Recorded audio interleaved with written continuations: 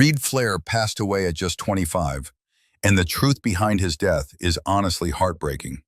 His addiction didn't only take his life too early, it also pulled him into a lot of legal trouble along the way. So let's dive in and talk about what really happened to him.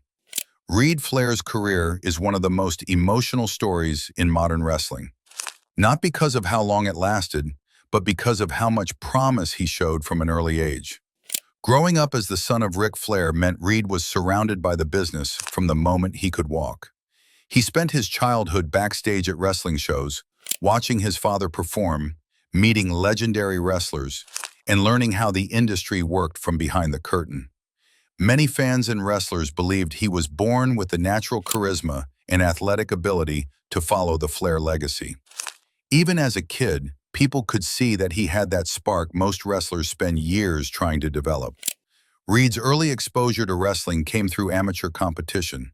Before stepping into professional rings, he built a strong background in wrestling at the amateur level.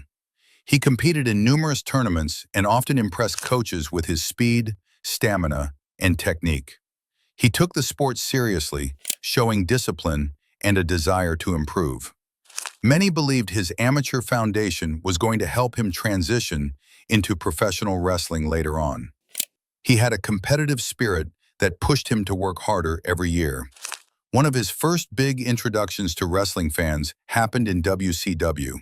In 1998, he appeared on television during a storyline involving Ric Flair. At a very young age, Reid participated in a segment where he wrestled Eric Bischoff for fun, surprising viewers with how comfortable he looked in the ring. Even though he was just a kid, that moment stuck in the minds of many fans because he showed natural confidence and excitement. It became one of the most memorable child appearances in WCW's later years. As Reid got older, his passion for wrestling only grew stronger. After finishing school, he decided to fully commit to becoming a professional wrestler. He started training seriously and worked with experienced coaches, including his father. He spent hours learning how to bump, run the ropes, cut promos, and build his in-ring identity.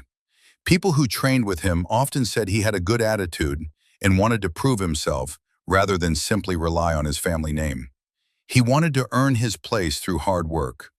When Reid officially entered the wrestling scene, he began working smaller shows to gain experience.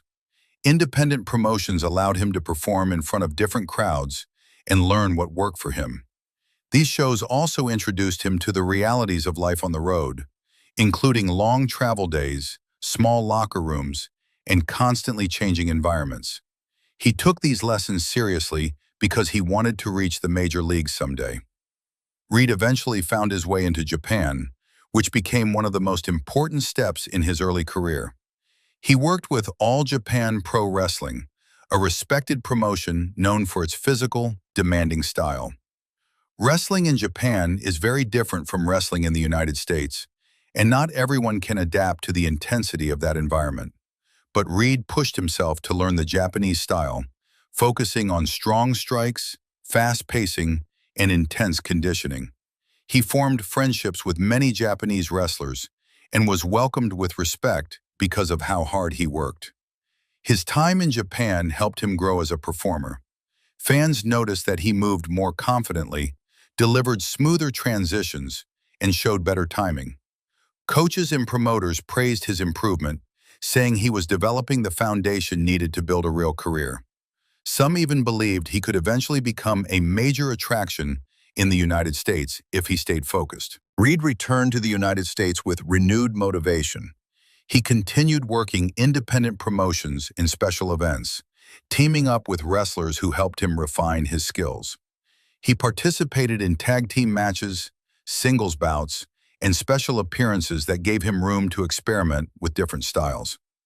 Many people who saw him during this period commented that he had natural agility and a charming personality that shined both inside and outside the ring. Throughout this time, Reid also stayed connected to his family. He often made appearances with Ric Flair at wrestling events, autograph signings, and fan conventions.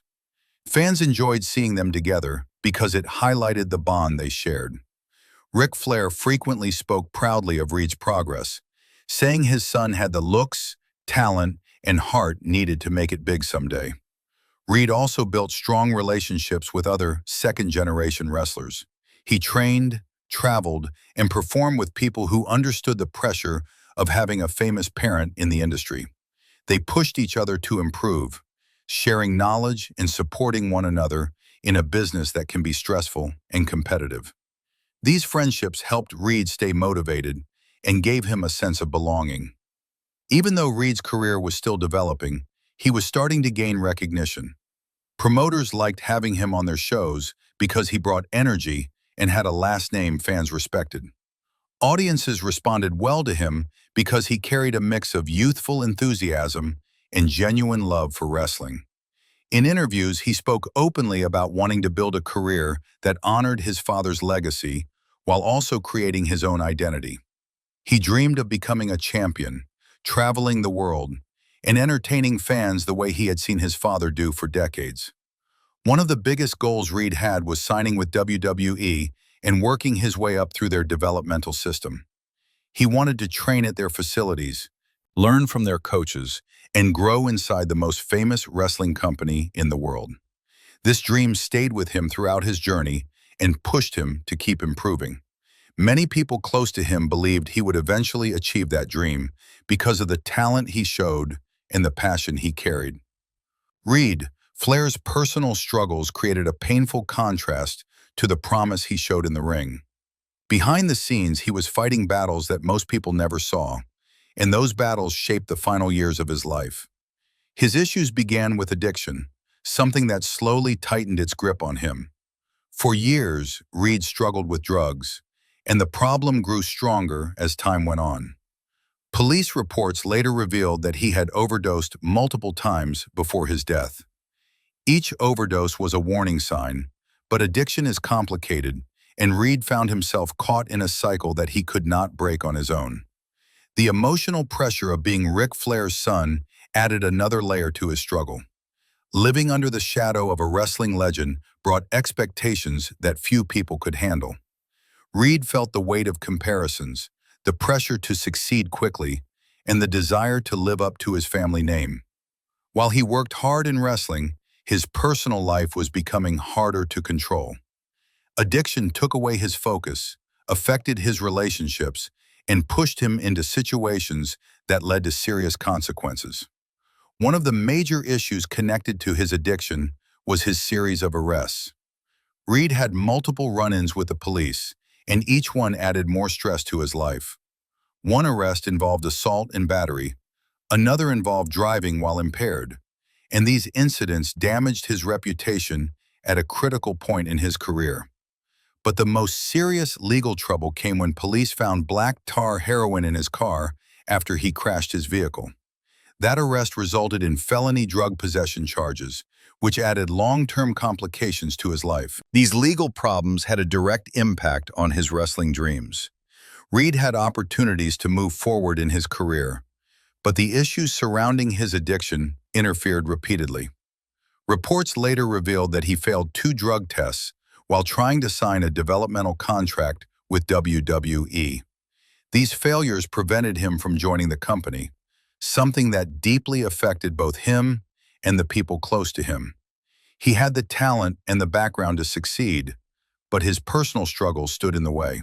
The constant cycle of addiction, stress, and legal trouble created an emotional weight that Reid carried every day. He wanted to fix his life and stay focused on wrestling, but addiction is not something that disappears easily. The pressure he felt, along with the consequences piling up around him, made it harder for him to get back on track. People close to him said he had good days and bad days, moments where he seemed ready to change, and moments where the struggle pulled him down again. Reid's relationship with his family was affected by all of this as well. His father, Ric Flair, spoke openly about the pain of watching his son battle addiction. The family tried to support him, but addiction can break even the strongest support systems. Reid sometimes distanced himself during difficult periods, and other times he leaned on his family for help. These ups and downs created emotional strain that added to his inner turmoil. Reid's final months were filled with attempts to find stability, but the struggle remained constant. He still wanted to wrestle and was preparing for future opportunities, trying to rebuild his life step by step. Friends and relatives later said that Reid was hopeful about what was coming next.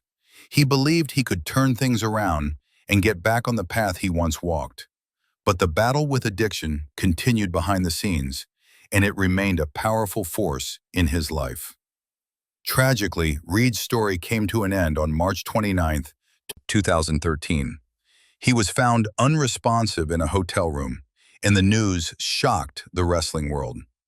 The official autopsy confirmed that he died from an accidental overdose of heroin combined with traces of 2 prescription benzodiazepines.